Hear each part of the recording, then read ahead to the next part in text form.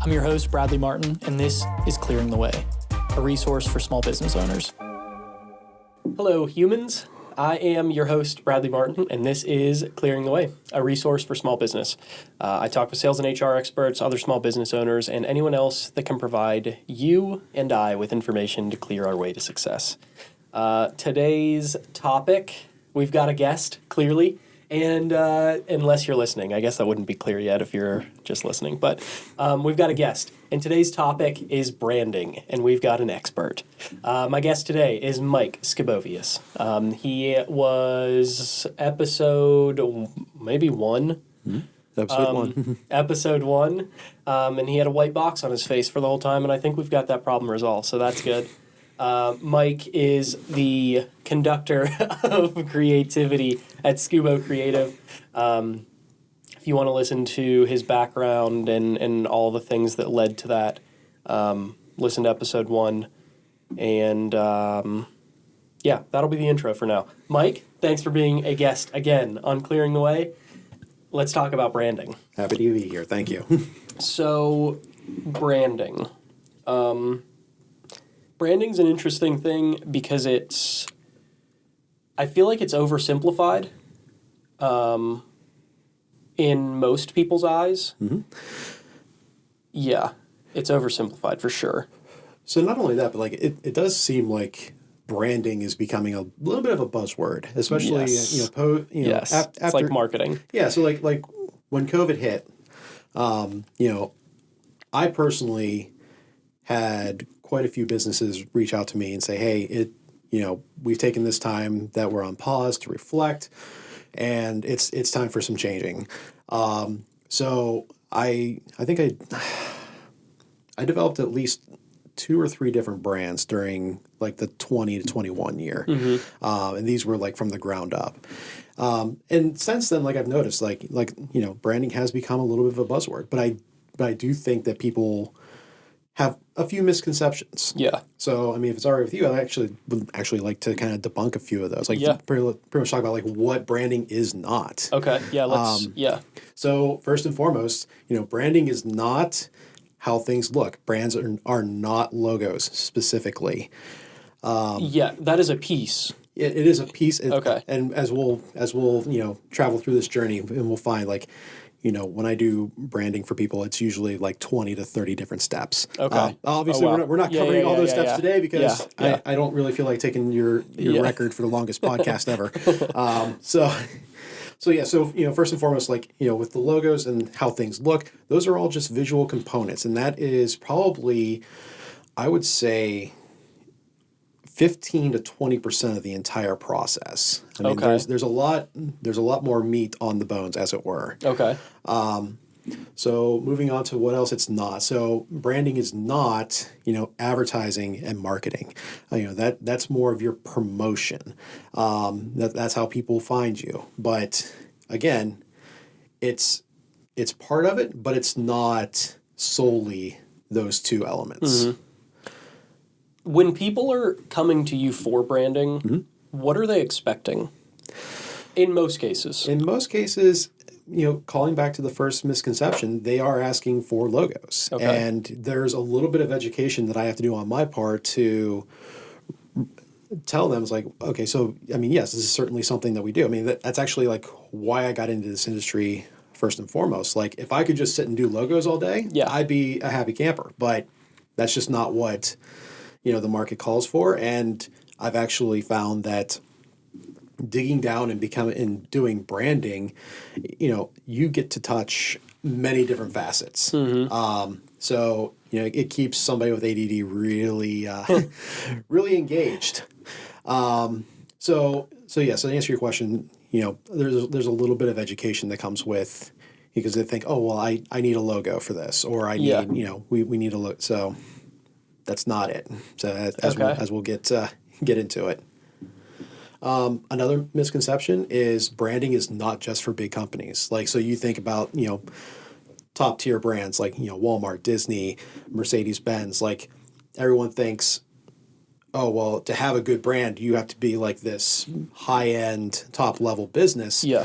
Not the case at all. I mean, your simple mom-and-pop shop has a brand. You're even down to like the personal level. I mean, personal brands are a big thing now, especially in the age of influencers. So having a personal brand, Yeah.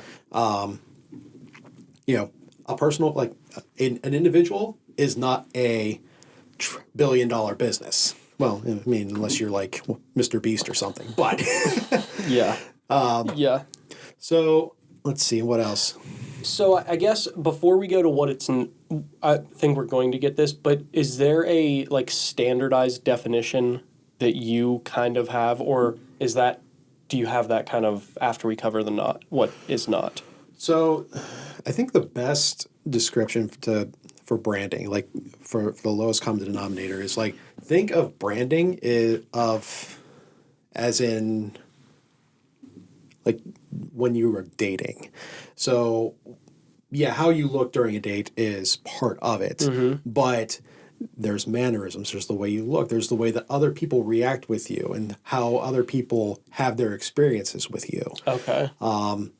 So like I said, like calling back, like, the visuals, 20%, but it's how you project yourself and how people, perceive you is the biggest part of it. Okay. Okay. And then there's probably like two more points I want to make. It's like, and there's two things that branding does. That is a misconception as well. Like branding does add value to your business, and branding does affect sales. I think so. A case in point, if you have a close competitor in your industry, and like we'll use car salesmen as an example. So if you go to shop A and you get like the pushy salesperson that sits you down in like this cold metal desk, and you look like a guy that would be in this car. Yeah, what are you doing, dude? Yeah, exactly. So it's not you don't get the warm and fuzzies. But if you go to dealer B and they have a nice lounge for you to sit in, they're not high pressure. They serve you like these nice drinks and coffees and X, Y, and Z. Like that's all part of their brand. That's all part of the user experience. Okay. So given those two scenarios, which are you more likely to buy from? A or B? B every time. Exactly. So that's an example of how branding, affects sales. Okay. Okay. Okay, so that's all good. It's not just my logo. It's not just the colors I choose. It's not just the name I choose. It's not just any of those things. I think the best way to think about that based on your definition is just how you or your business are perceived. And that everything that goes into that's part of branding. Exactly. So when somebody that's a lot to cover then. Yeah. Okay. That's why I have a nice little condensed version. Yeah. I mean, yeah, that's a lot. That's a lot. So when people, I guess, before we go a little bit deeper, how frequently do people have? So of those, you said 30 steps. Is that? Maybe that's not the real number, but roughly 30. How much of that process do you typically get to cover for somebody, like for a client? Ideally, I would like to, start to finish all the touch points. Okay. Now, so it is all things that can be worked on. Right. So, but in some cases, I might have people come to me and say, like, we have a little bit, like we have a brand, we have X, Y, and Z. So we kind of meet, like one of our core values as a business is like to meet our clients where they are and build on the foundations they already have.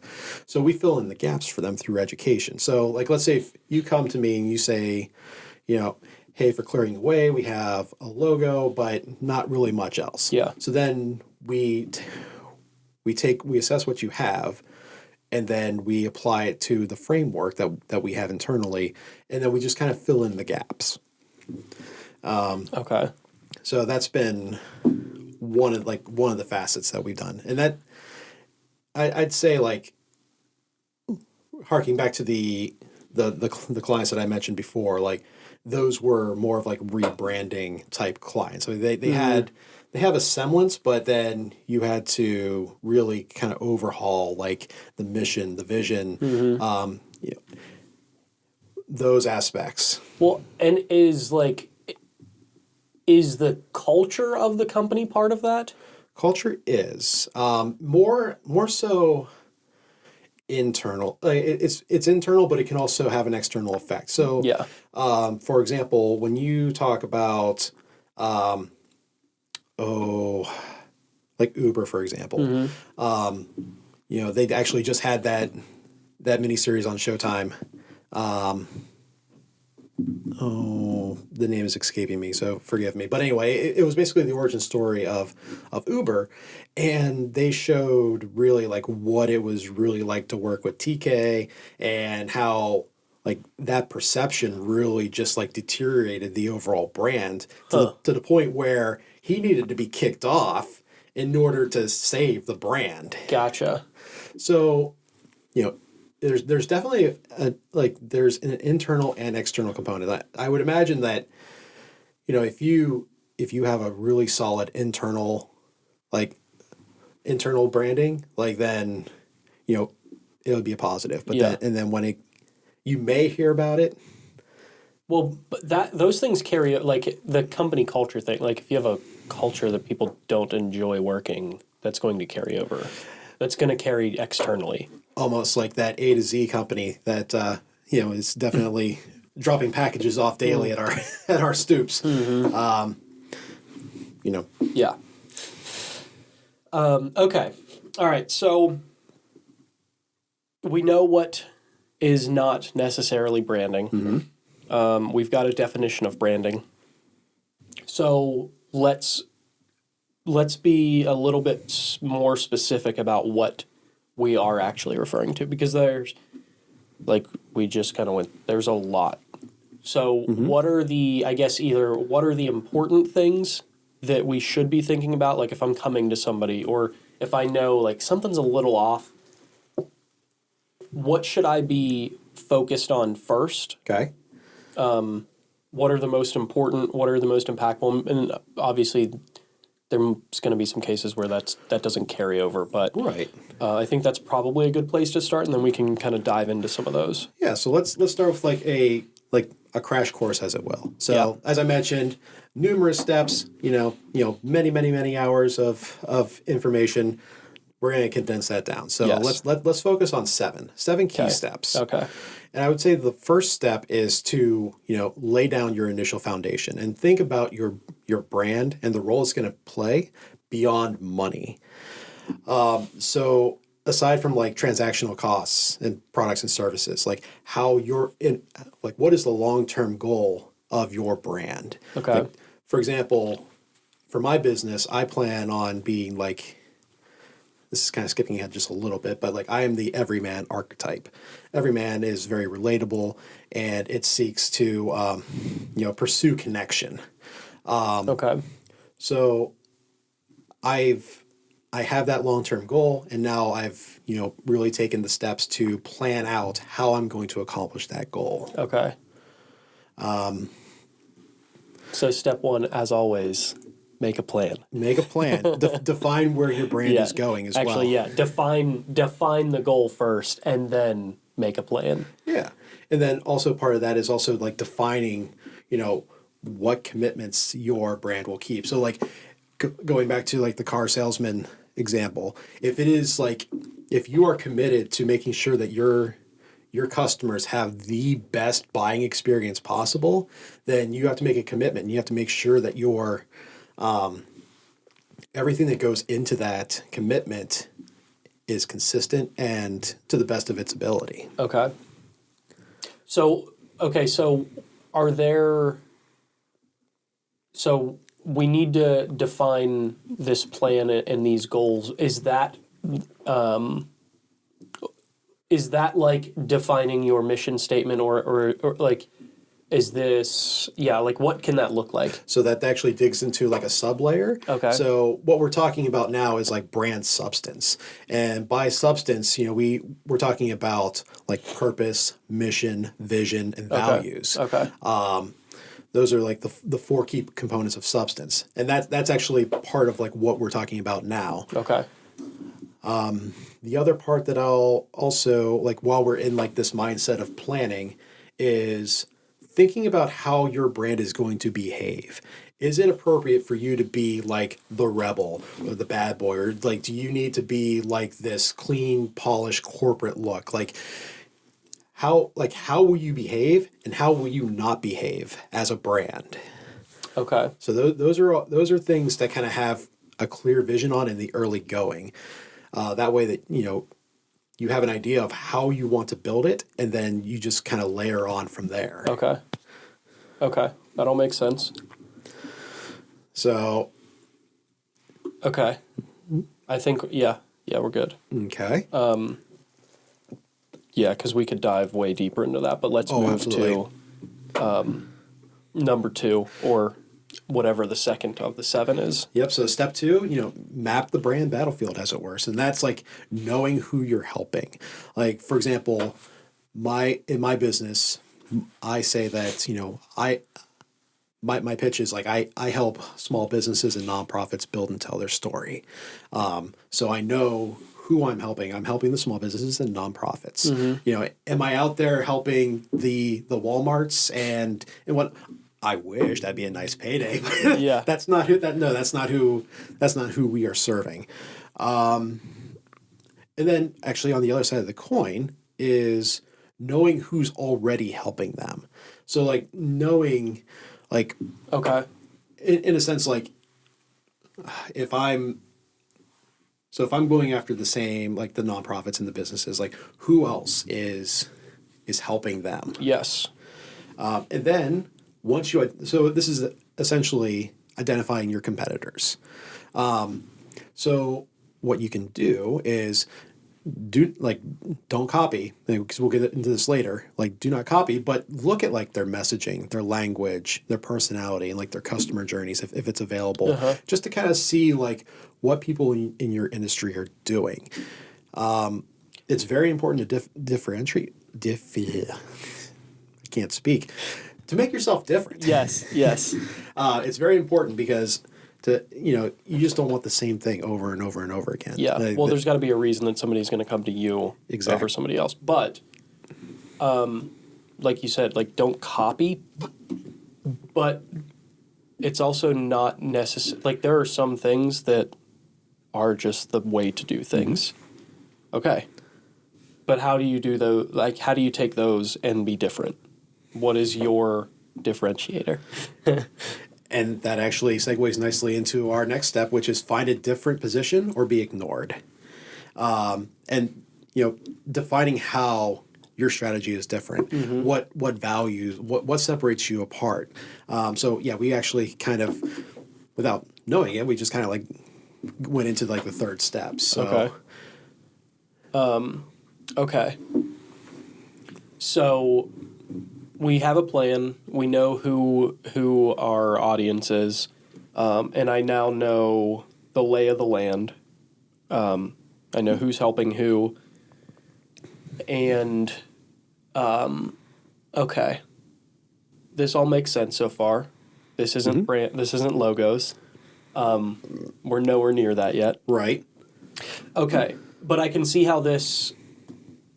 It's weird that branding has like taken on this simplified version of just like, oh, it's a logo. That's weird, but because logos have a name too. That they do. It's like, oh, I need a logo. I guess it does feel cooler to say I need help with branding. It does feel cooler. And just in my personal experience, like this is definitely different for every walk of life, but like I said, like I don't think there's enough education on what branding truly is. So yes.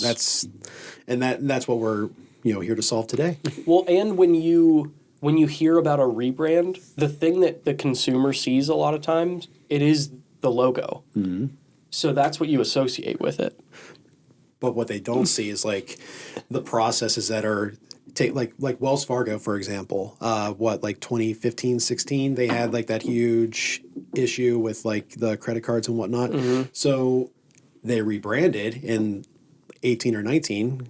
Forgive me if I'm off on those dates, but yeah, there was a new identity that rolled out with it, but there was a lot of messaging, and that's the key to like the rebrand. It was a lot of messaging, a lot of key components. Okay.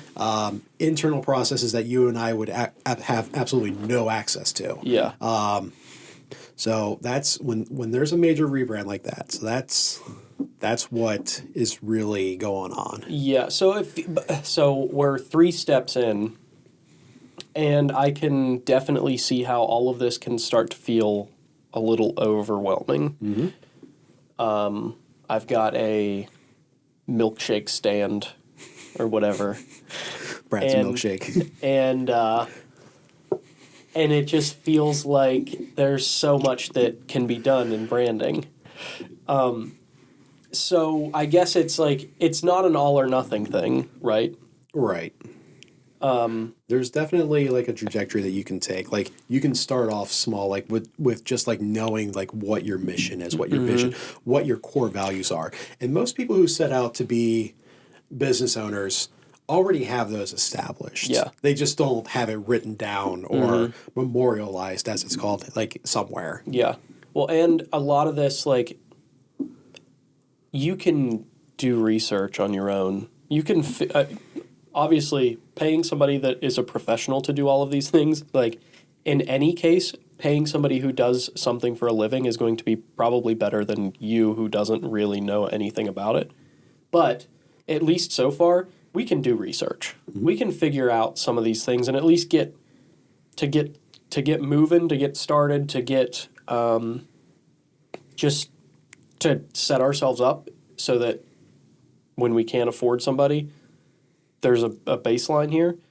But we can do, so far, we should be able to do, if we're actually serious about this, I should be able to do this research. I should be able to figure these things out, at least basically on my own. Right.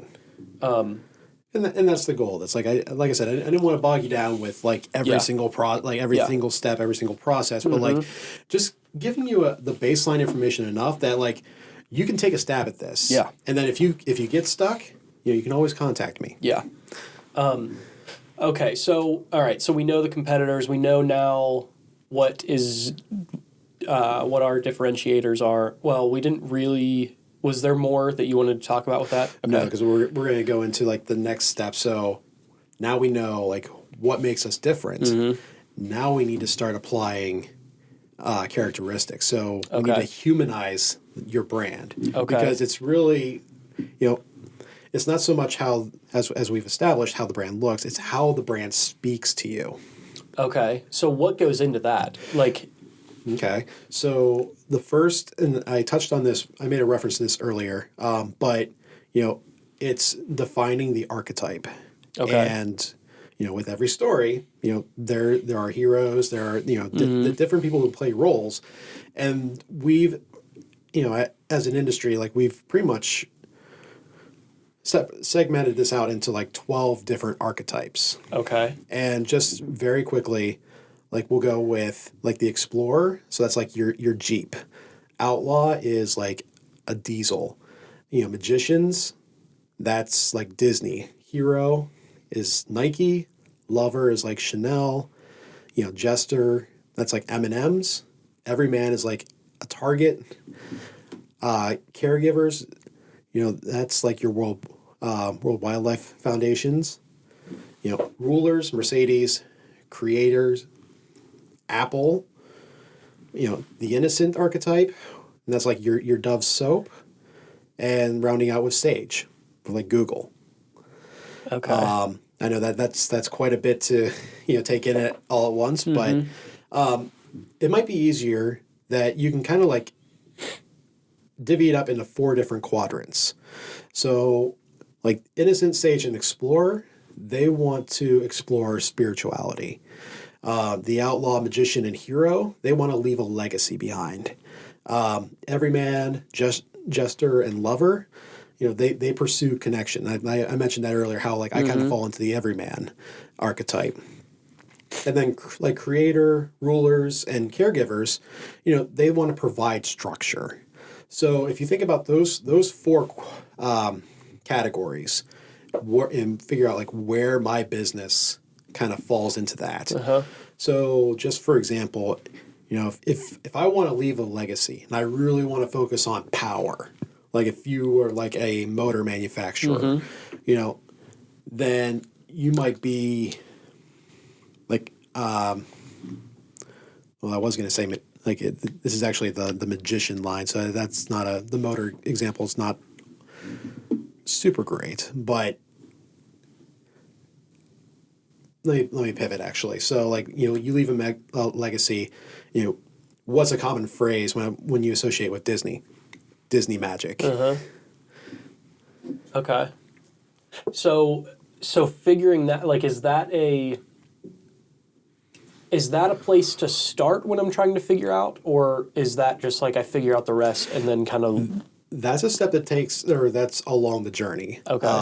Like I said, we're kind of like in step 4 of like the crash course. Everything that we've talked about before really needs to take place first, because you really need to know who you are and who you want to be before you kind of get identified as an archetype. Yeah. Okay.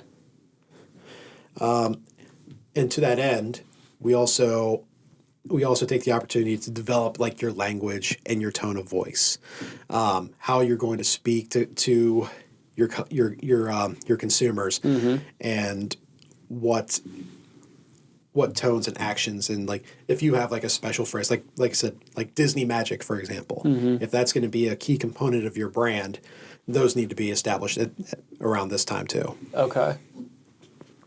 Okay.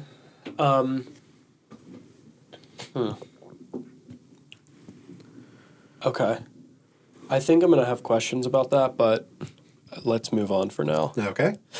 All right, next, what are we on? 5 now? We are on 5. Okay. And this is developing a core messaging framework. And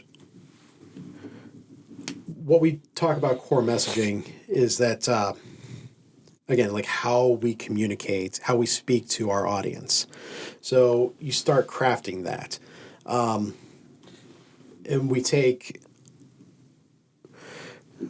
several things into consideration. So it's, knowing who your audience is, the pain points that they experience, the existing options they already have, the difference that your brand provides, the actual benefit that they receive from your help, and also the emotional benefit of like how you feel after receiving your brand's help. Okay.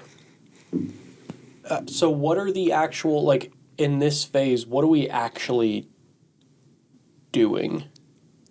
Like, I guess what are some of the things that need to be, like, what are the steps? What are the actions, I guess? So we, to this point, we've kind of figured out who we are. Yeah, we know who we are.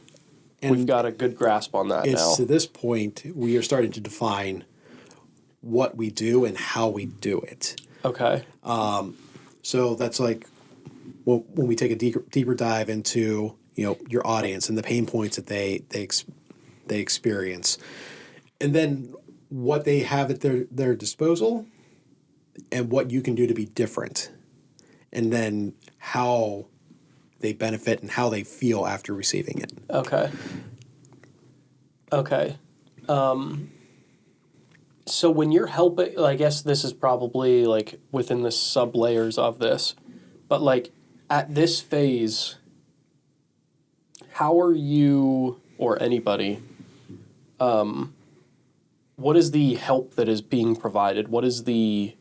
If I'm hiring somebody for branding and I'm saying, hey, let's do it all, are there any actions here, or is this a more, like what are we... I guess I'm still kind of lost on what we're actually doing here. So one of the things that we can look at is, like, for example, your processes. So we'll use your milkshake Brad's example. Milkshake stand. Brad's Milkshakes. So in this case, we would figure out who your audience are. So that's essentially people... Well, have we done that already, though? At the beginning, or no? We have. because that's part of like knowing who you're helping, like back in step 2. So a lot of this is, like I said, like adding on and building layers. Okay, so that makes sense. Okay, so now we've got basically like 1 through, I don't know what step we're on. 5? This is 5. So like 1 through 3 and 4 is like framework. Mm-hmm. And now we're next, like, okay, now we have like the basics. Let's dive a step deeper. Let's add a couple layers and then actually figure out how we're going to do this. Okay. How we're going to project, like, and... Okay, that makes sense. Yes. And then, so once we figure this out, so we just have a large collection of data, right? We have audience, we have pain points, we have benefits, and it's just a jumbled mess of data on our screens. Yes. So a lot going on. So what do we do with that lump of clay, for lack of better words? Yeah. We're going to craft it into a story. Okay. It typically, your consumers are more likely to buy from a story rather than a logo, for lack of better words. Yeah. Yeah. So crafting this story, making yourself relatable, personable, like it just, like I said, it's humanizing, and it could be a differentiator. Okay. All right. And when you're crafting this story, I guess this is where the real help is helps, I guess. Right.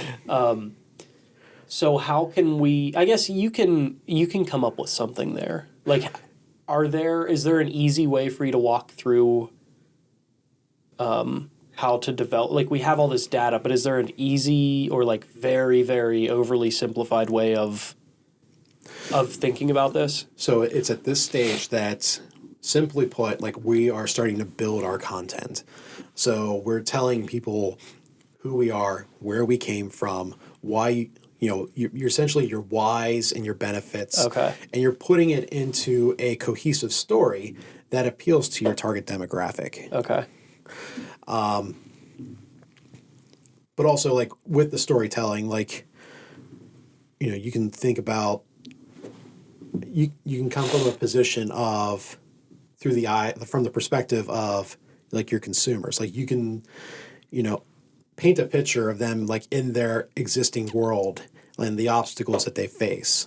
So, like, if you, like, for your milkshakes, like, if I have a sweet tooth at like 3 p.m. Yeah, we're a late night sweet. We're a late night. So 3 a.m. Okay, so if I have a sweet tooth at 3 a.m. Hours of operation are 11 p.m. to 4 a.m. So okay. Yeah. So I know my target there. We're a sweet tooth, late night sweet tooth people. So the obstacle I would face is, well, no, like, there aren't very many places open at 3 a.m. here. Mm-hmm. Correct. So then the next point is putting in a call to action.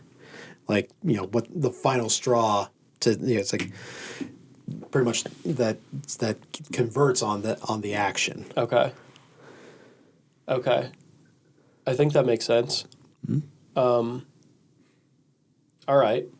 I know who my company is. I know my steps now. I know what's going on. That was step 5, right?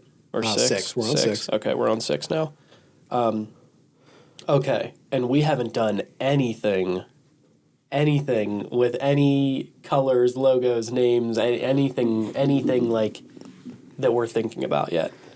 Well, and we've done a lot of work. Yep, and you're in luck because step 7 is wonderful. We start getting 7. We start getting into like the visuals. So that's like, crafting like your logos, your color palette, your typography, image styles. That's a huge thing. So like if you if you think like Abercrombie and Fitch or like any of like the high end clothing lines, mm-hmm. they have a certain look to them. Mm-hmm. Walmart's messaging or LL Bean, they have like this homey nice, but not like super luxurious upscale. Yeah. So with image styles also comes like, graphics and patterns and all that stuff. And then finally, like just like the overall user experience. So if I'm on like a website, how do I interact with that website? Is there a pop-up that gets me at like when I go to hit the back button or close out where it's like, hey, you need to do this one more thing before you leave, and then I have to spend that microsecond to close out of it. But this is also like where most of like the creative comes from. So just to like further elaborate, this is like your websites. If you put out any video content, like, is it on brand for you to have like something professionally shot, or is it on brand for you to have like a like a cell phone that which granted the cell phones are good, but it's just like that. There's that like the or the vertical the vertical look. Yeah. Let's see. How do you conduct yourself on social media? What do your posts look like? What does like your comment section look like? What hashtags do you use? Like all of these things, and we could spend an entire episode like just going over the visuals. And that's the designer in me talking like, yeah, this is what I really want. Yeah. But not like there's okay. So I guess to sum up, like there's a lot of legwork, and that we are, basically educating our clients on. Like there's a lot to it. Okay. So, yeah, that seems difficult. That seems difficult to manage. So, all right, let me look down through these because I feel like we covered a lot of what I... Yeah, so I guess at the beginning, you can do a lot of that. Mm-hmm. The visual stuff, that's where things get a little more difficult. But you can start to develop your brand before you hire anybody. Correct. And you probably, I guess it would help to have somebody kind of guiding you along the way, but you can definitely do that before. Yeah, like I said, this can be picked up at any time. Mm-hmm. It's just, in purpose of this podcast, like we just like, it's nice to think about these things before it gets so far down the line. Yeah, so I guess one thing, like how much of a benefit is it to have a clear brand? Like, or the opposite, how harmful can it be to not have a clear, like, if I've not gone through all these steps, am I screwed, or am I just going to be better off if I do go through them? So you're not screwed per se, but it's an uphill battle. Because what I will say, like, if you don't have clear messaging, or you don't have like a clear, consistent look to your branding, more times than not, people aren't going to take you seriously. Like if you come across with like, if you send out like an email blast that has like an inconsistent look or inconsistent messaging, like, yeah, they might still interact with you, but if somebody else comes along who's really sharp and on point, then the attention just goes. Yeah. I'm going to go look at the people who look like who they have their stuff together. Yeah. Okay, that makes sense. And there's that, like, the consistency there. It does play. If everything is constantly different fonts and different styles and everything is just constantly different, it does tend to feel less organized. Mm-hmm. Like, you might not know, and not, like, you might have a great product still, but it's probably going to be a hindrance. Like you said, it might not hurt you, but it's not going to accelerate. Right. It won't help you to accelerate. Right. Which I guess if that's the goal, then that would be hurting you. Yeah, because there's definitely a ceiling that you could hit. Like, when you're first starting out in like your first year or two, like it's expected, like because you have like these different elements that you're going through trying to figure out what works, what doesn't work. So there's a grace period, but once you go from like the adolescence to the next phase of your business, like that's when things need to be polished, things need to be on point. Your messaging, your nonverbals, your user experience, like those things all need to be sharpened and put into practice so that growth can occur. Okay. Yeah. Yeah, that makes sense. Okay. That is a fantastic overview of what I'm actually talking about whenever somebody says brand, or what you're talking about when you say branding. You actually covered kind of everything that I had. Was there anything else that you think from a high level we need to be aware of with branding? Let's see. Because I think it would be interesting to tackle some of these like it more in depth, but I don't think this is I think it's pick a topic in the future and dive a little bit deeper. But on a high level, is there anything else I should be aware of or thinking about when I'm starting? Or I guess one thing would be like, because it is important at the beginning or it feels important, like, is naming a part of this? I guess the logo is eventually a part of it, but how important is it to not get those wrong? Or is it just, yeah, like, how worried about those things should I be?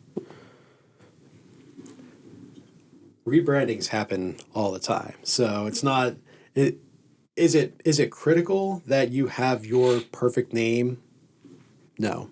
I'm still going by Scubo Creative. Like that's still like, and that's like a super simple, like it's the first 5 letters of my last name because everybody else screws it up after you get to the V, and Creative, which it's what I do. Yeah. Now, do I want to have like, I don't know, like Sneakers and Snacks Studio or you could get there eventually. So brands evolve over time. Especially so if you think of like Apple or any other ones, like, there's definitely an evolution that you can track.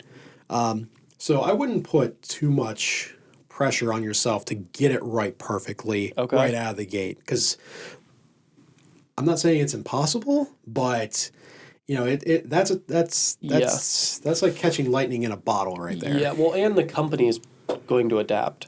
So you're going to be different probably. There's also a ton of like external factors. Like, for example, like if you had like a major shift, from COVID, that could force you to potentially rebrand and to get your messaging. Like, an example is like escaping me at the moment, but like, something that you have absolutely like no effect on, like, I'm sorry, like nothing that you did internally, like a very extreme external factor, it could cause you to rebrand, or evolve. Maybe we should start saying evolve instead of rebranding, because it is what it is. Like, you're going from one set of visuals, messaging, and whatnot, and evolving into the next. Yeah. Okay. Okay. Well, where can all of the humans, if we're looking for branding help or anything, we're just stuck, where can I find you? So, first and foremost, like I'm easily reached at or my website, skubocreative.com. I'm on social media, LinkedIn, Facebook, Instagram, or if you're local to Washington County, you can more times than not find me at the Ignite Small Business Incubator, right on Chestnut Street here in Washington. So, and if not, there's enough. If you can't find me, then there's a lot of people. There's enough people who know how to get a hold of me, because when you're in need of a marketing ally, All you have to do is say, "Hey, Skubo." Yeah. Check the description. All of those links will be below. Anything else? I just wanted to thank you for having me on today. And, I look forward to seeing. No. No, so, I'm just glad to come on today to educate people on branding. Yes, I think this is an important one. Just to give people an idea of what we're actually talking about and what you should be thinking about whenever you're, developing your brand. Mm-hmm. Okay, well, that is another episode of Clearing the Way. Share this with your friends. You've got that one friend who he's had that business for 3 years, and it's just never clear. It's never his fonts are changing. You don't really know who he works with. He's always changing his logo. He's changed his name 20 times, and he might need a little help. So share this episode with him. He evolved his brand many times. Yes. So share this with them. Hopefully this will help. Like, comment, do all the subscribing and all those fun things. And that's all. See you next time. Thanks.